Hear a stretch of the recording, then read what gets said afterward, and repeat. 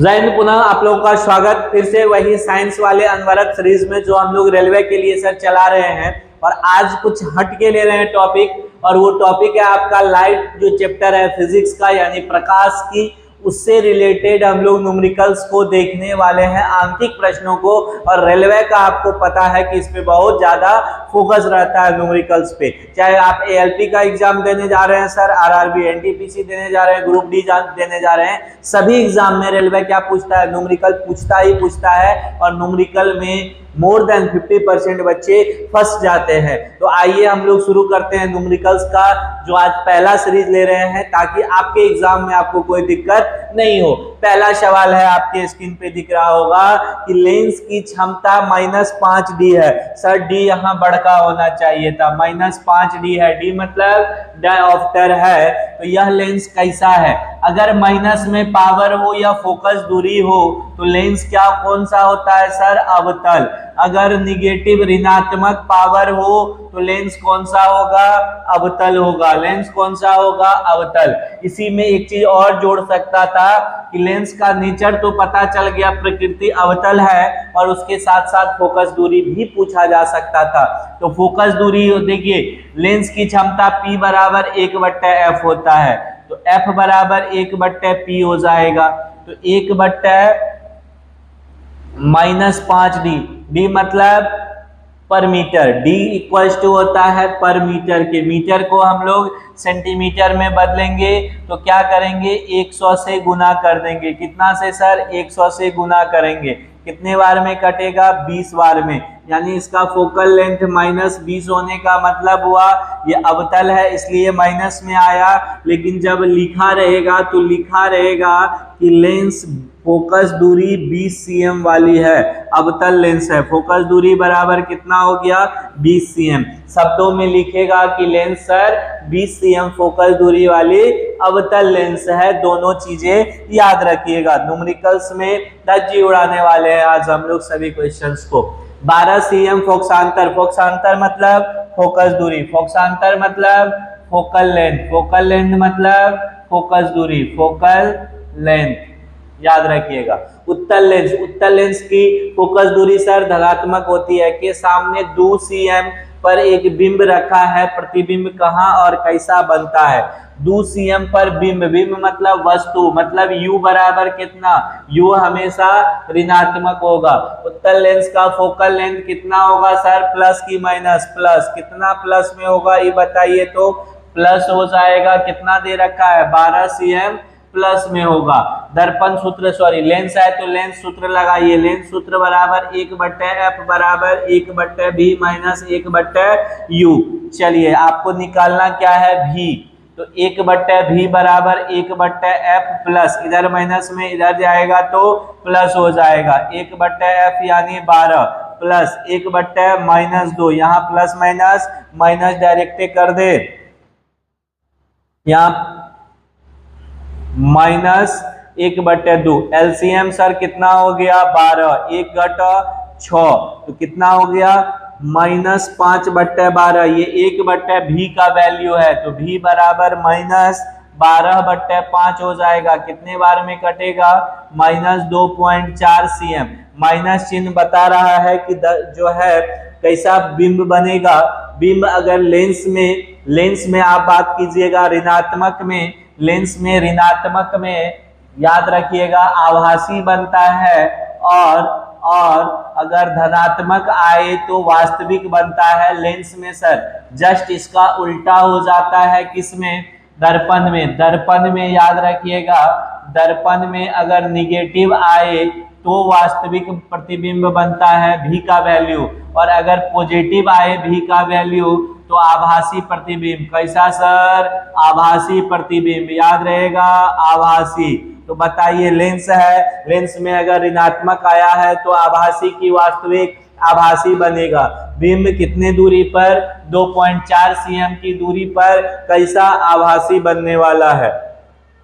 अगला सवाल 32 सीएम वक्रता त्रिज्या वाले अवतल दर्पण के अक्ष पर रखी वस्तु का वास्तविक प्रतिबिंब वस्तु से 4 गुना आकार का बड़ा बनता है। सर दर्पण में अगर वास्तविक प्रतिबिंब बन रहा है तो इसका आवर्धन बराबर कितना हो जाएगा, -4। थोड़ा सा साइन कन्वेंशन देख लीजिए, चिन्ह परिपाटी, चिन्ह परिपाटी याद रखिएगा, भूलना नहीं है। किसको, चिन्ह परिपाटी को, किसमें, दर्पण में। किसमें सर, दर्पण में। चिन्ह परिपाटी दर्पण में याद रखिएगा। वैसे तो रूल है कि इससे इधर निगेटिव, इससे इधर पॉजिटिव, नीचे निगेटिव, ऊपर पॉजिटिव, ये चीज रूल है। तो थोड़ा सा लेकिन इसको हम दिखा देते हैं और तोड़ करके देखिए। यहाँ पे हम ले लेते हैं उत्तल दर्पण। कौन सा दर्पण, उत्तल। यहाँ अवतल, भूलिएगा नहीं आज के बाद। पहले फोकस दूरी ले लेते हैं, फिर यू ले लेते हैं, भी में बड़का जगह, फिर एम ले लेते हैं, भी, ये भी है। भी मतलब प्रतिबिंब दूरी। भी को 2 भाग में बांटिए, जब प्रतिबिंब आभासी होगा और जब वास्तविक होगा। एम में भी जब आभासी प्रतिबिंब बनेगा, एम मतलब आवर्धन, एम मतलब मैग्निफिकेशन मतलब आवर्धन, और जब वास्तविक बनेगा। दोनों स्थिति को अलग अलग डील कीजिए। उत्तल दर्पण हो या उत्तल लेंस हो, फोकस दूरी हमेशा धनात्मक होगा। अवतल लेंस हो या अवतल दर्पण हो, फोकस दूरी ऋणात्मक होता है। यू किसी के लिए भी हो, यू क्या लेना है, निगेटिव लेना है। अगर दर्पण में बात कर रहे हैं, भी आभासी बनेगा तो उत्तल दर्पण हमेशा आभासी प्रतिबिंब बनाता है तो धनात्मक होगा। वास्तविक उत्तल दर्पण में बनवे नहीं करता है। अवतल दर्पण में जब आभासी बनेगा तो प्लस चिन्ह आएगा। भी का कैसा चिन्ह आएगा सर, प्लस। और आभासी वास्तविक बनेगा तो माइनस, आभासी बनेगा तो प्लस, वास्तविक बनेगा माइनस। इसमें भी यही केस है, आभासी में प्लस, वास्तविक तो बनवे नहीं करेगा। इसमें आभासी में प्लस, वास्तविक में माइनस। चिन्ह परिपाटी भूलना नहीं है। फिर से देख लीजिए, एफ उत्तल में प्लस, अवतल में माइनस, यू दोनों में माइनस। भी अगर आभासी है दर्पण में प्लस, वास्तविक उत्तल में बनवे नहीं करेगा, इसमें प्लस माइनस। फिर आभासी प्लस बनवे नहीं करेगा, प्लस माइनस, काम आने वाला टॉपिक है। चलिए अब इस क्वेश्चन को डील कर लीजिए। आवर्धन सर दे रखा है 4 गुना बड़ा बन रहा है तो -4 हो जाएगा। आवर्धन बराबर होता क्या है, v/u होता है। तो इसके हिसाब से v बराबर -4u निकल गया, आराम से निकल गया। और साथ ही एक चीज और दे रखा है, क्या दे रखा है, 32 cm वक्रता त्रिज्या वाले अवतल दर्पण। R अगर सर 32 cm है तो F क्या हो जाएगा, 16 cm। R का आधा F होता है, लेकिन माइनस की प्लस, माइनस में क्यों सर, क्योंकि दर्पण कैसा दर्पण है, अवतल दर्पण। अभी बताए थे अवतल दर्पण का फोकस दूरी माइनस होता है। दर्पण सूत्र कहता है 1/f बराबर 1/v प्लस 1/u। चलिए यहाँ से रख दीजिए 1/-16, यहाँ 1/v, v के जगह पे क्या रख सकते हैं, v के जगह पे -4u रख देते हैं, -4u। यहाँ क्या हो जाएगा, +1/u। अब थोड़ा सा और काम कर लीजिए, -1/16 बराबर एलसीएम कितना हो जाएगा, 4u। ऊपर में -1 हो जाएगा, यहाँ 4 प्लस में कितना हो जाएगा सर, माइनस में 1 हो गया, प्लस में यहाँ 4 हो जाएगा।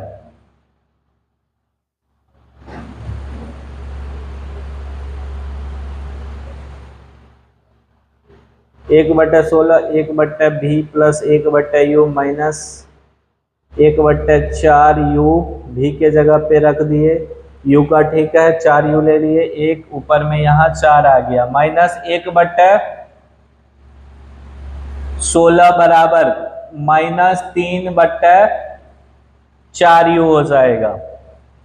तो 4u बराबर कितना, -4u, माइनस माइनस काट दीजिए, तो 4u बराबर 48 हो गया। तो u बराबर यहां से कितना हो जाएगा, 48/4। कितने बार में कट गया, 12 बार में। लेकिन u को क्या आना चाहिए था, निगेटिव आना चाहिए था। 12 cm तो आ गया माइनस, अच्छा ठीक, तो यहाँ माइनस नहीं है, यहाँ प्लस ही है, ये प्लस है ये माइनस है, तो माइनस 4u बराबर 48, u बराबर माइनस 48/4, माइनस का 12 cm कितना हो जाएगा, माइनस क्यों आया, u हमेशा किस में आना चाहिए, ऋणात्मक आना चाहिए, तो u कितना हो गया 12 cm, आंसर हो जाएगा कौन सा, ऑप्शन नंबर 4 बिल्कुल सही है। आगे बढ़िए, नेक्स्ट क्वेश्चन लीजिए। निर्वात में प्रकाश का वेग 3 गुना 10⁵ km प्रति सेकेंड है। 1.5 अपवर्तनांक वाले माध्यम से 2000 km गुजरने में प्रकाश द्वारा लिया गया समय क्या होगा। सर प्रकाश का वेग कितना दे रखा है, निर्वात में प्रकाश के वेग को c से डिनोट करते हैं, c बराबर 3 गुना 10⁻⁻5 km पर सेकेंड है। इसका मतलब c बराबर 3 गुना 10⁸ मीटर पर सेकेंड हो जाएगा, नहीं तो इतना ही रहने दीजिए क्योंकि दूरी भी तो km में ही है। अब देखिए इस माध्यम का अपवर्तनांक म्यू बराबर 1.5 है। अपवर्तनांक कहते किसको है, निर्वात में प्रकाश की चाल और उस माध्यम में प्रकाश की चाल के अनुपात को कहते हैं। तो अपवर्तनांक म्यू बराबर होता है c/v, अपवर्तनांक म्यू बराबर c/v, तो यहां से हमको v निकालना है, तो c/ कितना हो जाएगा, c/ कितना हो जाएगा म्यू, c दे रखा है 3 गुना 10⁵ km पर सेकेंड और म्यू का वैल्यू 1.5, कितने बार में, 2 बार में, तो यहां से v का वैल्यू हो गया 2 गुना 10⁵ km प्रति सेकेंड। दूरी कितना दे रखा है सर, 2000 km, तो समय पूछ रहा है, तो t बराबर दूरी बट्टे चाल होता है, तो 2000 km और बट्टे 2 गुना 10⁵ इतना सेकेंड हो जाएगा। 2 से 2 कट गया 1000 बार में, यहाँ से 3 जीरो खत्म तो 2 जीरो बचा, t बराबर 1/10⁻2 यानी 1/100 सेकेंड, कितना सर 1/100 सेकेंड। कौन सा ऑप्शन सही है, ऑप्शन नंबर 4 बिल्कुल सही है। अगला सवाल लीजिए, -1.5 d एवं +2.5 d क्षमता के 2 लेंस संपर्क में रखे जाते हैं, तो इस संयोजन की फोकस दूरी, सबसे पहले पावर निकाल लेते हैं। संयोजन का पावर बराबर क्या होगा, संयोजन की क्षमता, संयोजन की चूंकि क्षमता दे रखा है ना, 2 अलग अलग लेंस का क्षमता दे रखा है, तो पहले और दोनों को कांटेक्ट में रखा जाता है सर, तो दोनों संयोजन का क्षमता निकाल लेते हैं। तो संयोजन का क्षमता P1 प्लस P2, जब कांटेक्ट में रखा हो P1 प्लस P2 होता है, तो -1.5 d और +2.5 d मिलकर के कितना हो जाएगा, 1 d आ जाएगा क्षमता संयोजन का P बराबर होता क्या है 1/f, तो f बराबर क्या होता है 1/p, 1/, क्या हो जाएगा p, तो 1/1d, 1d का मतलब 1 पर मीटर, इसको अगर सेकेंड में cm में बदलेंगे तो 1/, या रहने दीजिए पर मीटर को मीटर में बदलेंगे तो 1 मीटर। फोकस दूरी कितनी हो जाएगी सर, 1 मीटर। कौन सा ऑप्शन, ऑप्शन नंबर 2 बिल्कुल सही है। कौन सा ऑप्शन सही है, ऑप्शन नंबर 2 सही है। छठा सवाल लीजिए, यदि एक सरल सूक्ष्मदर्शी की क्षमता पावर 5d है तो इसकी फोकस दूरी क्या होगी। सरल सूक्ष्मदर्शी यानी सिंपल माइक्रोस्कोप का क्षमता दे रखा है, पावर दे रखा है, कितना है 5d है, तो पूछ रहा है कि फोकस दूरी क्या होगी। तो एक बात बताइए, फोकस दूरी निकालने के लिए सरल सूक्ष्मदर्शी में आप क्या कीजिएगा। देखिए सरल सूक्ष्मदर्शी की बात कर रहा है और 5d दे रखा है, तो डायरेक्ट 5d अगर पावर है तो सरल सूक्ष्मदर्शी में एक ही तो लेंस होता है, तो यानी Pf इक्वल्स टू क्या हो जाएगा 1/p, तो 1/, कितना हो जाएगा, p का वैल्यू कितना है 5d, cm में बदलेंगे तो गुना में 100, कितने बार में 20 बार में, तो F बराबर कितना हो जाएगा 20 cm। सरल सूक्ष्मदर्शी में एकमात्र क्या होता है, उत्तल लेंस लगा होता है और उसका क्षमता दे रखा है, तो फोकस दूरी आप डायरेक्ट F बराबर 1/P करके निकाल सकते हैं। तो कितना हो जाएगा सर 20 cm हो जाएगा फोकस दूरी। ऑप्शन नंबर 2 बिल्कुल सही है इसका। एक सरल सूक्ष्मदर्शी की शक्ति 50 डायोप्टर है, तो इसके द्वारा बने प्रतिबिंब का आवर्धन। अब देखिए शक्ति दे रखा है, शक्ति मतलब क्षमता, क्षमता मतलब P, फिर वही बात, सरल सूक्ष्मदर्शी है सर, सरल सूक्ष्मदर्शी मतलब पावर, मतलब एक ही उत्तल लेंस होता है सरल सूक्ष्मदर्शी में। तो P बराबर कितना D 50D, तो F बराबर कितना हो जाएगा 1/P, तो 1/P मतलब 1/50 पर मीटर। सेंटीमीटर में बदलना चाहे तो 100 से भाग गुना कर दीजिए 2 बार में। F का वैल्यू कितना सर 2 cm। बहुत इंपॉर्टेंट क्वेश्चन इस सीरीज में कन्वर्ट कर रहे हैं, प्लीज लास्ट तक बने रहिएगा। F बराबर 2 cm आ गया।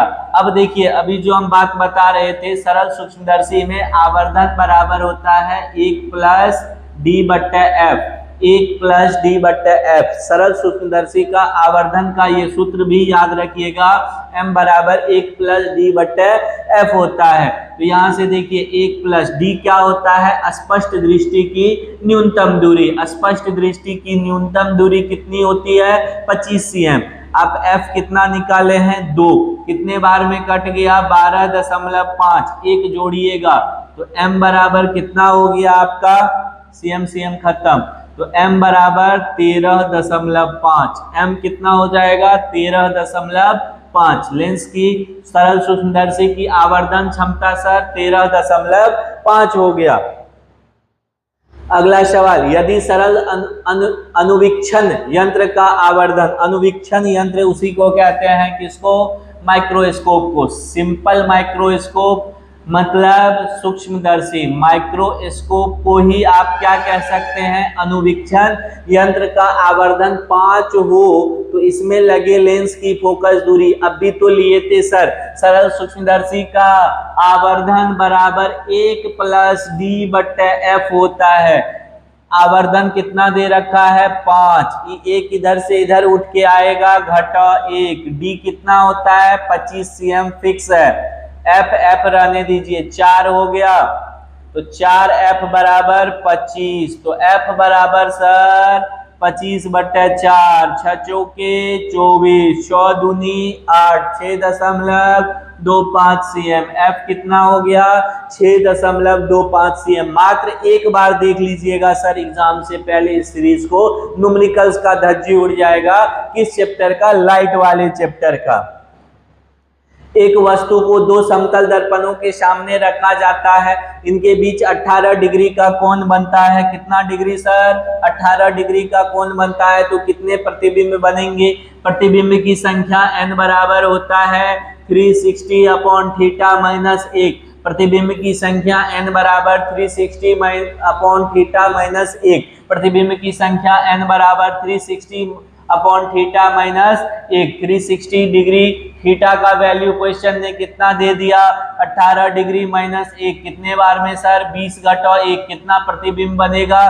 2 दर्पण को 18 डिग्री इंक्लिनेशन के साथ रखिएगा अगर, तो कितना प्रतिबिंब बनेगा 19 प्रतिबिंब बनेगा। कितना बनेगा 19 प्रतिबिंब बनेगा, याद रखिएगा। डायरेक्ट जो एंगल रहेगा ना उससे 360 को भागा देके 1 घटा देना है, आपका काम हो जाएगा। अगला सवाल, 2 समतल दर्पणों के बीच कितने अंश का कोण बना रहे ताकि उनके सामने रखी वस्तु का कितना प्रतिबिंब बन रहा है। प्रतिबिंबों की संख्या दे रखा है, इस बार 9 प्रतिबिंब बन रहा है। कुछ नहीं करना है, कोण निकालना है, तो 9 में 1 जोड़ दीजिएगा, कितना हो गया 10।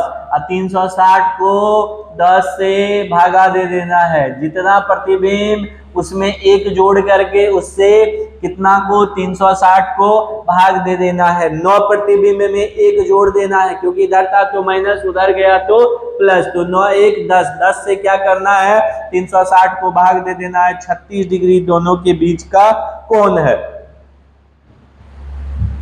एक उत्तल लेंस में वस्तु और इसके वास्तविक प्रतिबिंब के बीच की न्यूनतम दूरी कितनी होगी। उत्तल लेंस की बात कर रहा है। देखिए बहुत आसान सा क्वेश्चन है ये। अगर आपका उत्तल लेंस है, याद रखिएगा ये f1 होता है, ये 2f1 होता है, ये f2 होता है, ये 2f2। अगर आप f पे रखिएगा, अगर आप वस्तु को f पे रखिएगा तो वस्तु का प्रतिबिंब अनंत पर बनेगा। कहां बनेगा? अनंत पर बनेगा। अगर आप f और 2f के बीच रखिएगा तो वस्तु का प्रतिबिंब, अगर आप यहां रखिएगा तो वस्तु का प्रतिबिंब कहां बनेगा? यहां बनेगा 2 नंबर का। अगर आप इस पे रखिएगा यानी 2f1 पर तीसरा प्रतिबिंब, तो वस्तु का प्रतिबिंब उठ करके कहां बनने वाला है? उतने बड़का 2f2 पर तीसरा का प्रतिबिंब बनेगा। तो देखिए जब आप f पे थे तो अनंत पे बन रहा था, बहुत बड़ी दूरी है। फिर थोड़ा सा इधर गए तो थोड़ा सा घटा, फिर इधर गए थोड़ा सा घटा, फिर आप इधर जा रहे हैं तो ये थोड़ा सा इधर आएगा, फिर आप अनंत पे जाएंगे तो ये f पे आ जाएगा। इसका मतलब हुआ सबसे छोटा दूरी तो यही था, क्योंकि बीच का दूरी तो बढ़ते जा रहा है। सबसे छोटा दूरी तब बना जब वस्तु 2f1 पर था, तो 2f2 पर, तो यहां से यहां तक की दूरी 2f और यहां से यहां तक की भी दूरी 2f, तो दोनों साइड मिला के न्यूनतम दूरी कितना हो गया सर? 4f। यानी कम से कम कितना होगा? कम से कम 4f। सॉरी, न्यूनतम दूरी कितनी होती है? तो 4f के बराबर। न्यूनतम दूरी कम से कम, इससे छोटा दूरी कभी नहीं होगा वस्तु और प्रतिबिंब के बीच का। देख लीजिए ना, f पे है तो अनंत पे, इसी से आप अनुमान लगा सकते हैं। यहाँ नजदीक है तो वहां दूर बन गया, दूर गए थोड़ा थोड़ा नजदीक आया, लेकिन f पे है 2f पे है तो 2f पे बना, तो 4f के बराबर होता है न्यूनतम दूरी। टॉप मोस्ट क्वेश्चन है। अगला सवाल, एक गोलीय दर्पण का आवर्धन 3 है। यदि इसके द्वारा बने प्रतिबिंब की ऊंचाई 15 cm है तो बिंब की ऊंचाई कुछ नहीं करना है, इसमें 3 से भागा दे दीजिएगा, 5 cm आंसर हो जाएगा। कितना cm? अब कहिएगा कैसे? आवर्धन बराबर होता है प्रतिबिंब की ऊंचाई बट्टा वस्तु की ऊंचाई, प्रतिबिंब की ऊंचाई बट्टा वस्तु की ऊंचाई। आवर्धन कितना? 15 cm। सॉरी, आवर्धन कितना है? 3 है। बने प्रतिबिंब की ऊंचाई 15 cm है और ओ डैश निकालना है। ओ डैश उधर गया तो 15/3 कितना हो गया सर? 5 cm। कितना हो गया? 5 cm। आवर्धन में अगर आपको प्रतिबिंब ऊंचाई दिया हुआ है तो उससे भाग दीजिएगा तो आपका काम चल जाएगा, या नहीं तो आप क्या कीजिएगा? आवर्धन से प्रतिबिंब की ऊंचाई को भाग दे दीजिएगा, या प्रतिबिंब की ऊंचाई निकालना हो तो आवर्धन में गुना कर दीजिएगा वस्तु की ऊंचाई को, तो निकल जाएगा प्रतिबिंब की ऊंचाई। आवर्धन 1 से बड़ा मतलब प्रतिबिंब बड़ा बनेगा वस्तु से, आवर्धन 1 मतलब बराबर बराबर मामला है, और आवर्धन अगर 1 से कम है तो इसका मतलब हुआ कि आपका जो प्रतिबिंब बन रहा है वस्तु से छोटा बन रहा है। जब उत्तल लेंस से कुछ दूरी पर एक वस्तु रखी जाती है तो प्रतिबिंब वस्तु से 72 cm की दूरी पर बनती है, वस्तु से 2 गुने आकार का बनता है। उत्तल लेंस से कुछ दूरी पर वस्तु रखी जाती है, उत्तल लेंस में कुछ दूरी पर प्रतिबिंब 72 cm की दूरी पर वस्तु से 2 गुने आकार का बनता है इस लेंस की फोकस दूरी। सर आवर्धन का वैल्यू कितना दे रखा है? m बराबर 2 दे रखा है, और v का वैल्यू कितना दे रखा है? 72 cm। तो एक बात बताइए, m बराबर होता क्या है? v/u। m बराबर क्या होता है? v/u। तो u बराबर हो जाएगा v/m। v कितना है? 72 cm, और m कितना है?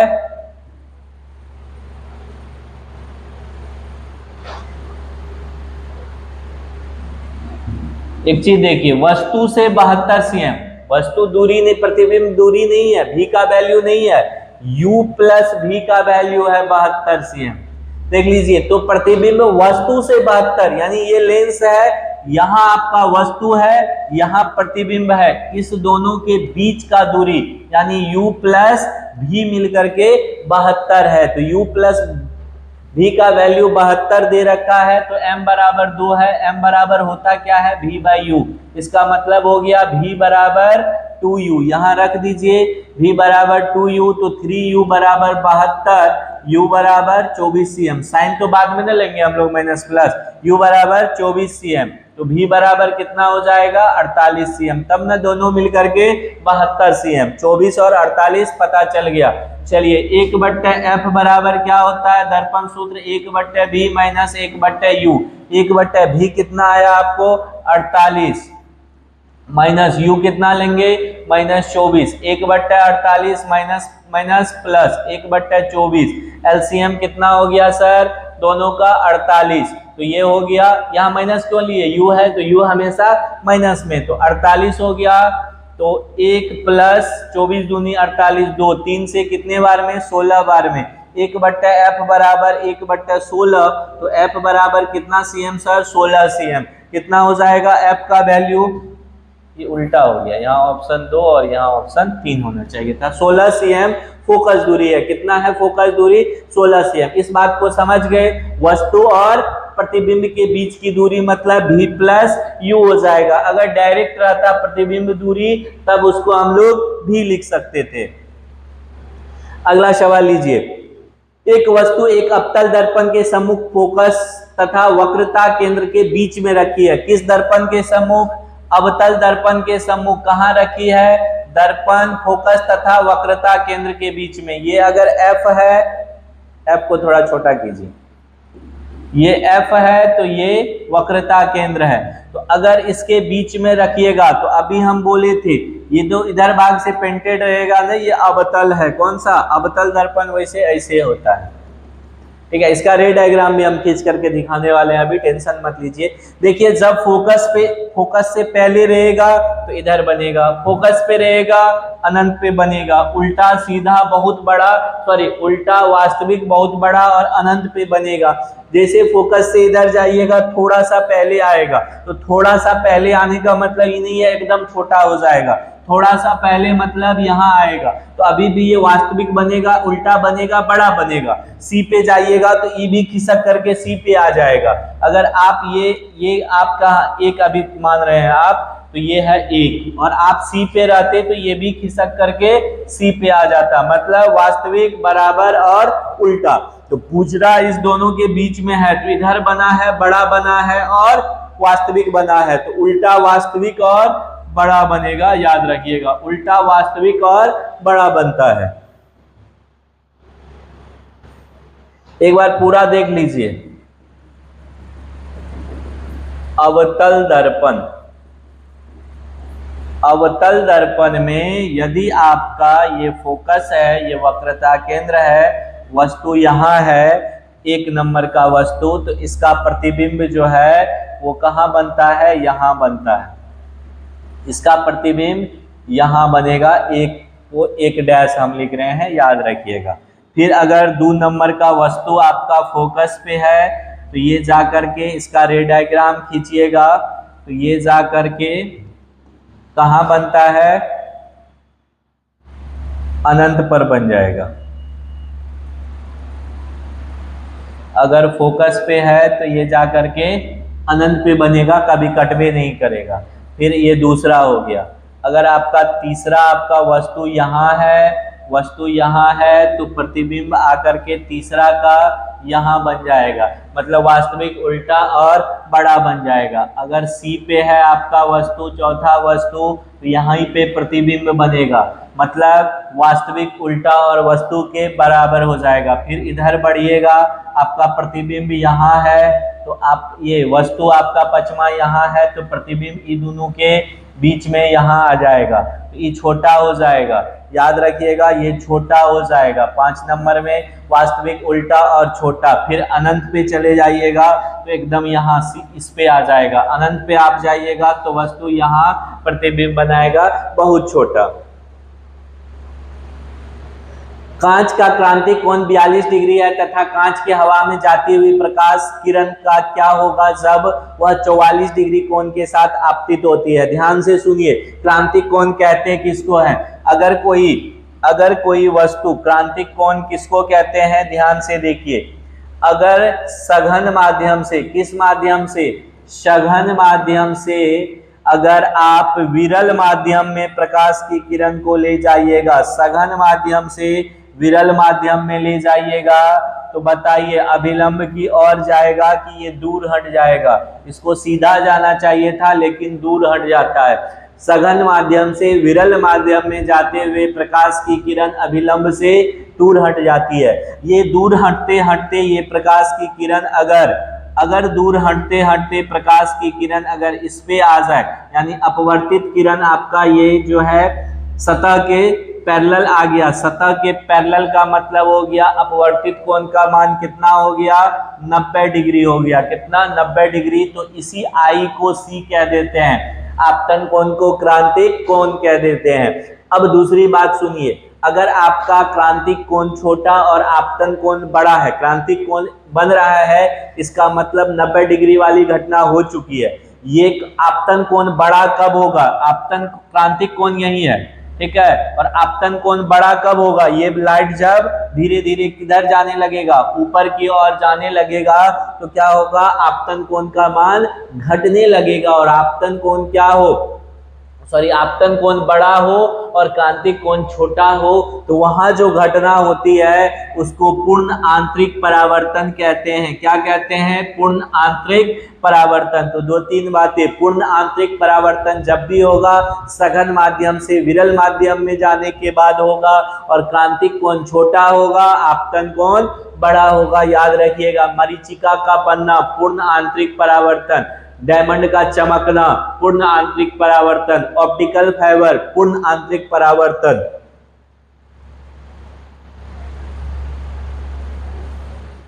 सोलह नंबर सवाल लीजिए, यदि एक समतल दर्पण को 2 डिग्री के कोण पर घुमा दिया जाए तो परावर्तित किरणें कितने डिग्री पर जाएगी? समतल दर्पण, अगर एक बात बताइए, समतल दर्पण अगर 2 डिग्री पे घूमेगा तो एक, ये देखिए ये समतल दर्पण है,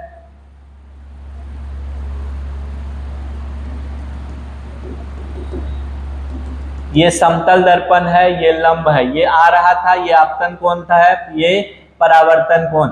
आपतित किरण और अभिलंब के बीच बने कोण को आपतन कोण, अभिलंब और परावर्तित किरण के बीच बने कोण को परावर्तन कोण कहते हैं। अब अगर 2 डिग्री पर घुमा दिया जाए दर्पण को, यदि 2 डिग्री पे आप किधर भी घुमा लीजिएगा तो 2 डिग्री पे घूमने का मतलब है 2 डिग्री ये भी बढ़ेगा और 2 डिग्री ये भी बढ़ेगा, तो परावर्तित किरणें कितने डिग्री से घूम जाएगी? परावर्तित किरण 4 डिग्री से घूम जाएगी। 2 डिग्री इधर, 2 डिग्री इधर, कुल मिलाकर के कितना डिग्री का परिवर्तन? 4 डिग्री का परिवर्तन हो जाएगा। ऑप्शन नंबर 4 बिल्कुल सही है। 17 नंबर क्वेश्चन लीजिए, एक उत्तल लेंस से 30 cm पर एक बिंब रखा गया है। 30 cm किस लेंस से?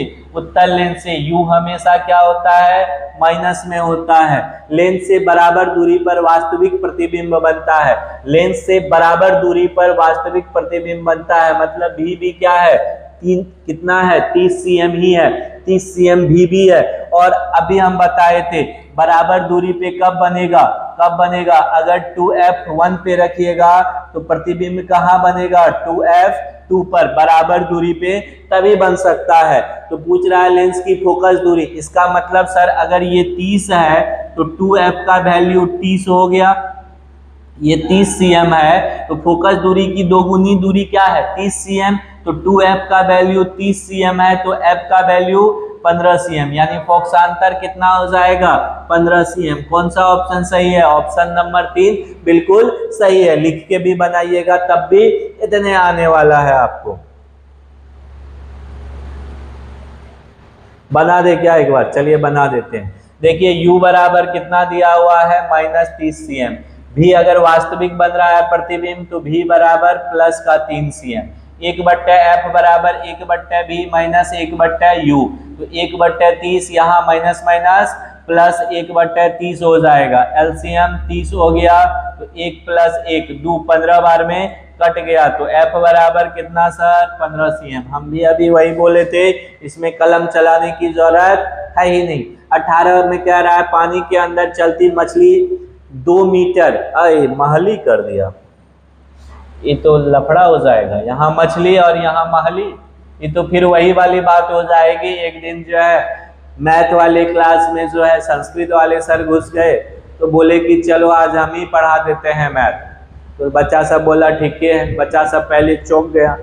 तो बोला लिखो, अगर यहाँ से दिल्ली की दूरी जो है 1000 किलोमीटर है, तो तब तक पेज क्या हो गया ना, क्वेश्चन का पलट गया। तो दूसरा उसी के जस्ट सीध में जो है दूसरा सवाल था, मेरी उम्र कितनी है। यानी पहला दूरी और समय वाला था, और दूसरा जो क्वेश्चन पलटा वो किसका वाला था, वो था ये उम्र से, एज बेस्ड क्वेश्चन था। तो मेरी उम्र कितनी है, किसी क्लास में किसी बच्चा से नहीं बना। एक बच्चा लेकिन क्लास पूछे कुछ देर के बाद गुरुजी की बन गया, तो बच्चा सब कहता है सर नहीं बना। एक बच्चा कहता है कि हाँ सर बन गया, तो गुरुजी भी चौंक गए। उसमें भी वो बच्चा बोलता है जो किसी विषय में पढ़ता ही नहीं था, वो कहता है बन गया। तो बोले कि ठीक है बताओ मेरी उम्र कितनी है। तो बोलता है कि सर आपकी उम्र जो है लगभग 25 साल है। तो बोले कि कैसे बताइए। तो बोलता है कि सर एगो मेरे चाचा हैं, वो पूरा पागल है, उनका उम्र है लगभग 50 साल। तो आप आधा पागल हैं, तो आपका उम्र कितना होगा, 25 साल होगा। तो यही वाली बात हो गई इस क्वेश्चन में। यहाँ मछली और मछली में आप लोग कंफ्यूज मत करिएगा, ये एक्चुअली मछली ही है। मछली 2 मीटर गहराई में दिखाई देती है। यदि पानी का अपवर्तनांक 4/3 है तो मछली की वास्तविक स्थिति क्या है। देखिए अपवर्तनांक बराबर एक और फॉर्मूला बता रहे हैं, याद रखिएगा। अपवर्तनांक मतलब होता है आभासी ऊंचाई या आभासी गहराई।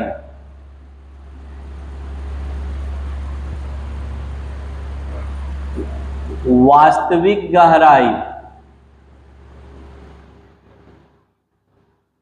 बट्टे आभासी गहराई। आभासी मतलब दिखने वाला, जहां दिखाई देता है कोई चीज। ये भी बात याद रखिएगा, वास्तविक गहराई बट्टे अपवर्तनांक बराबर होता है वास्तविक गहराई बट्टे आभासी। तब ना जैसे वास्तविक 5 मीटर था, आभासी उठ के 2 मीटर आ गया, इतना से ही अपवर्तनांक हुआ है, मतलब इतने ही डिग्री से न मुड़ा है प्रकाश, उसी को तो अपवर्तनांक कहते हैं। तो अपवर्तनांक का वैल्यू कितना है, 4/3। वास्तविक गहराई निकालना है, वास्तविक गहराई नहीं पता है, h मान लीजिए। आभासी गहराई 2, बाय क्रॉस मल्टीप्लिकेशन कर दीजिए, तो h बराबर 4 दूनी 8/3, कितना मीटर हो जाएगा, 8/3 मीटर। कौन सा ऑप्शन, ऑप्शन नंबर बी बिल्कुल सही है। 19 नंबर, एक आदमी आंख से 80 cm दूर पर से परे रखे वस्तु को स्पष्ट रूप से नहीं देख सकता है। स्पष्ट रूप से नहीं देख सकता है मतलब 80 cm तक के वस्तु को वो देख सकता है, 80 cm तक के वो वस्तु को देख सकता है। दूर रखी वस्तु को स्पष्ट रूप से देखने के लिए उपयोग में लाने वाले लेंस की क्षमता। अगर लेंस की फोकस दूरी पता चल जाए तो लेंस की क्षमता पता चल जाएगी कि नहीं, बिल्कुल चल जाएगी। चलिए फोकस दूरी निकाल लेते हैं।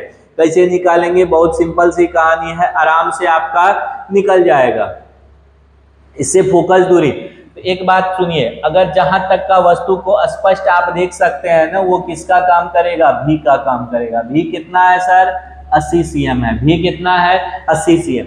यहाँ 80 cm तक के वस्तु को आप स्पष्ट देख सकते हैं, इसका मतलब भी कितना है आपका, 80 cm है। इसके बाद के वस्तु को आप नहीं देख सकते हैं, लेकिन स्पष्ट देखना है तो आपको अनंतों पे रखे वस्तु को देखना होगा। अगर ठीक करना है आंख को तो अनंत तक के वस्तु को क्या करना होगा, प्रॉपर देखना होगा, मतलब u बराबर -∞ लेना होगा। अनंत तक जाकर के आपको स्पष्ट देखना है। f निकालना है तो 1/f लेंस है ना, लेंस में क्या होता है, 1/f बराबर 1/b - 1/u, 1/80 - 1/-∞, तो 1/∞ 0, तो f बराबर भी कितना हो जाएगा, 80 cm हो जाएगा। याद रखिएगा f निकल गया तो p बराबर क्या होता है, 1/f।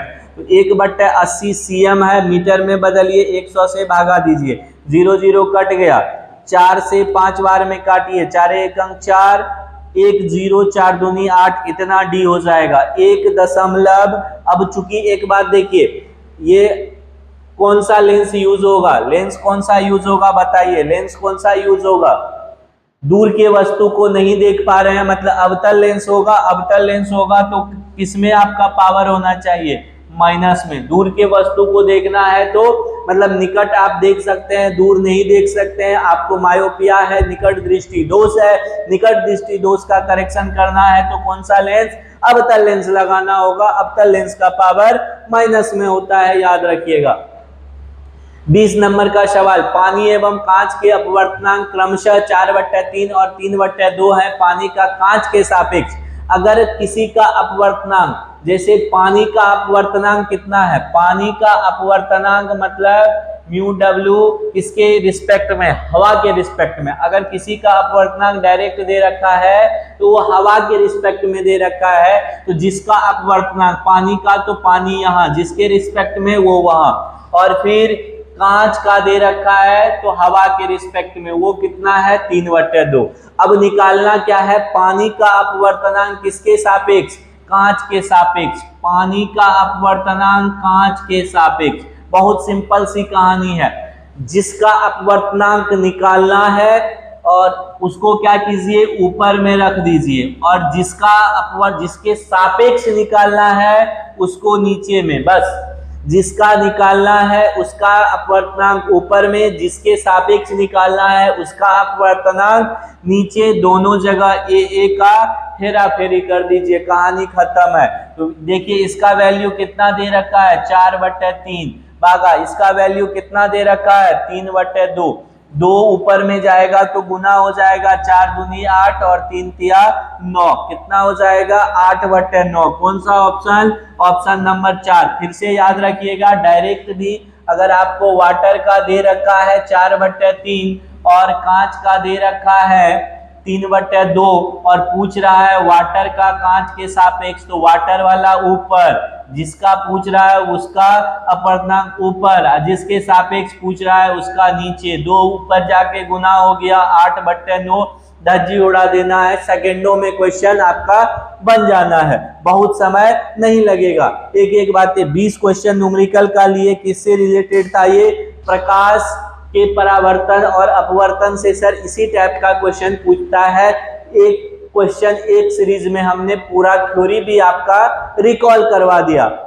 अभी यह समय आपके पास उतना नहीं है कि आप पूरा थ्योरी पढ़ पाइएगा, ये लंबा टॉपिक चलता है ये सब, लेकिन कम समय में हमने रिकॉल करवा दिया। इसके बाद फिर एक टॉपिक का ध्वनि या फिर इलेक्ट्रिसिटी या गति का हम लोग कुछ न्यूमेरिकल्स लेकर के आएंगे और आपको रिकॉल करवा देंगे। मिलते हैं पुनः, थोड़ा सा बने रहिए, प्यार सपोर्ट देते रहिए, लाइक सब्सक्राइब शेयर करते रहिए। जय हिंद।